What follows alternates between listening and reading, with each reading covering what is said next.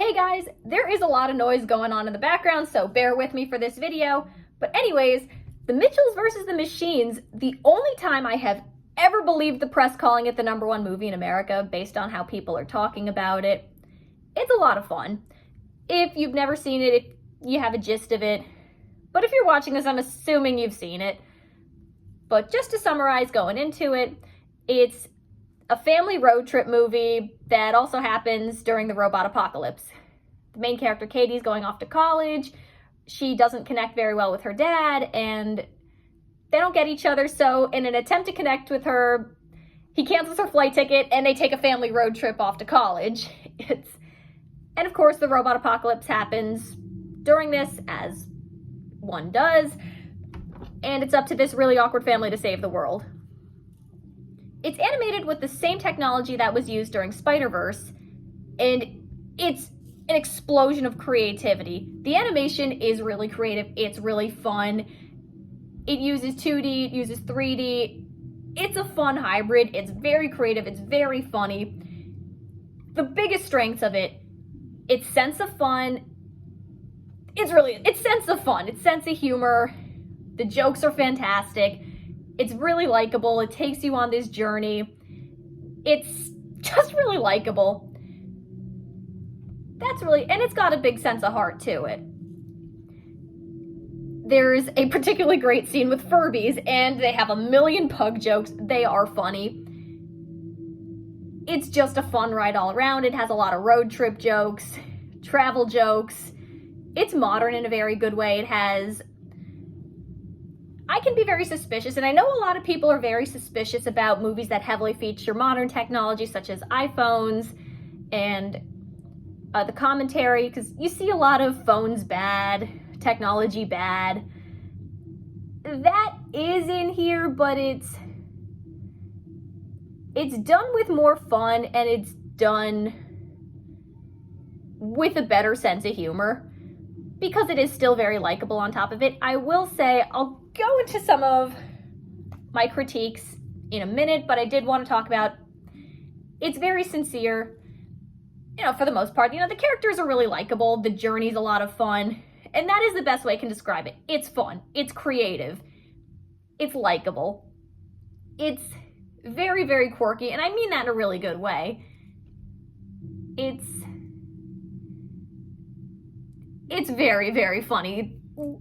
It's similar to a movie like My Cousin Vinny, which it's a predictable story, but you have so much fun that you're not in it for all these big twists and turns. You're in it for the journey and the jokes and the characters and its sense of fun and its heart. And that all comes across very, very well. It's great. Animation, it's colorful, it's creative, it utilizes the medium. It's fantastic. That being said, I do have some critiques, and my biggest is it is predictable. I think this could have been on par with something like Spider-Verse if it broke out of some of the cliches. The opening narration about the awkward family and how they don't get each other, if you've seen something like Iron Giant, if you've seen enough Disney movies, the narration does get very grating, and it does overuse pop culture references. For my personal taste, that's it. The overuse of references, that is something I don't get into. But I know people who do. That's a nitpick.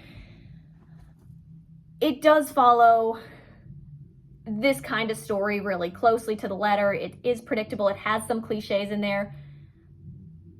But it has enough of a sense of fun where you don't mind it too much.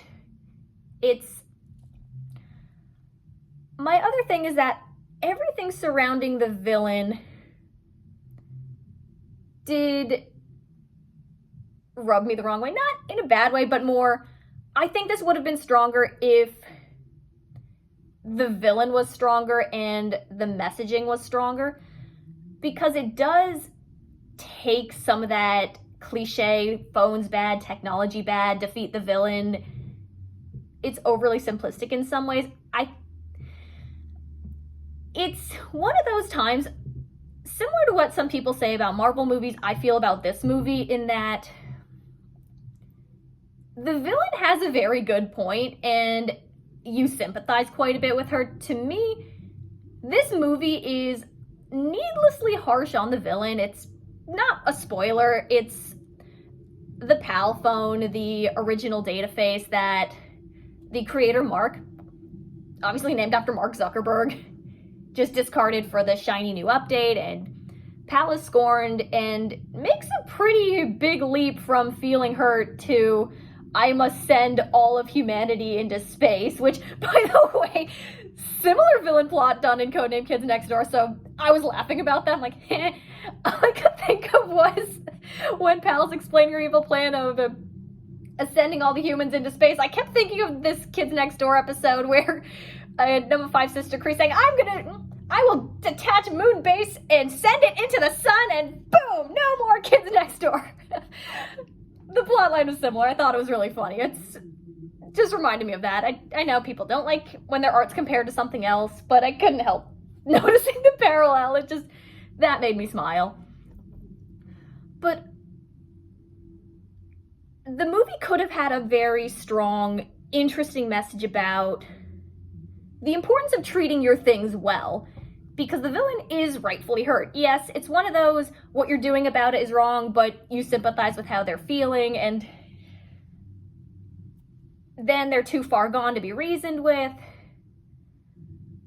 I thought Pal's leap from I'm hurt that I'm discarded to I must take vengeance on all of humanity, big leap if you ask me.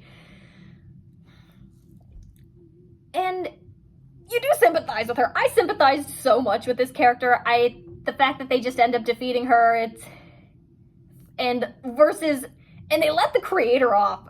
The creator of PAL, Mark, they let him off scot-free. It's realistic, unfortunately, that the tech giants get off scot-free. I thought it was needlessly harsh on PAL and ignored the real issue, but it could have had a strong message about the importance of treating your things well. And what I mean is, you have a lot of movies about being kind and, respecting nature, respecting your family, respecting each other, being kind and what that means. There really is something to be said about treating your things well and keeping them for a long time and keeping them updated versus keeping things clean so they work well and making sure that things are built to last versus the instant gratification we get for the shiny new thing.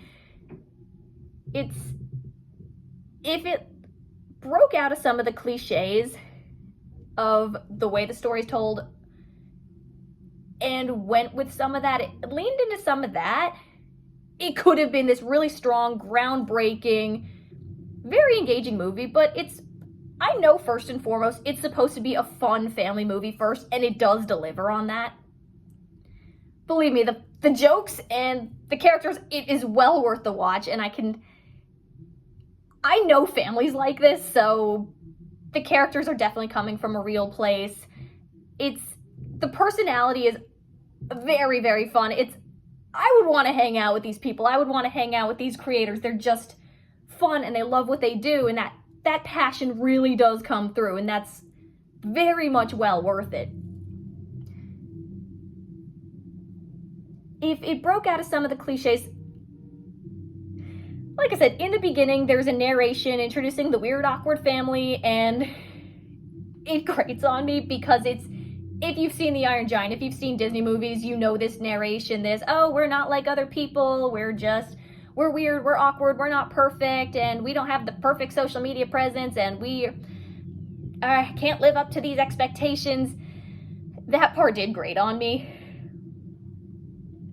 It felt very much like a modern Disney movie, and with some of these modern cliches, but they don't dwell on it too long. The real strength really is the comedy, and its heart, and its sense of fun, and its road trip, because I also do know these kinds of people. They are fun. They are very fun. These characters are fun. It's a great journey. And that's what it is first and foremost. It would have been really interesting to me if they leaned into more of a message about the importance of treating your things well and making sure, keep things clean so they work, and leaning more into some of these different ideas. And no, I think they are too harsh on the villain and not hard enough on some of humanity's own flaws. It's some of the leaps in logic do feel like a stretch. And again, I'm not saying this is bad by any means. I'm saying it's a fun movie, and if, in my opinion, they did some of these other things, it could have been something just as groundbreaking as Spider-Verse. But for what it is, it really is great. It's fun. The jokes really are the main focus. These characters are fun. They're likable. If you know people like this, and I think most of us feel like this at some point, feeling weird and out of place and misunderstood, it's a very nerdy movie. But we all are nerds in some form, passionate about things, and weird and quirky, and trying to understand other people, because the world is very chaotic. It's fun. And that's really the best way to describe it. It is fun, and it's engaging. And it is modern in a very good way, and it's quirky, and it's creative, and all that really shines through. The passion shines through. The hard work and dedication really shines through. It's definitely a fun watch with some very fun watches with fun people. It's definitely one of those, it's better when you watch it with people than when you watch it by yourself at 2 a.m.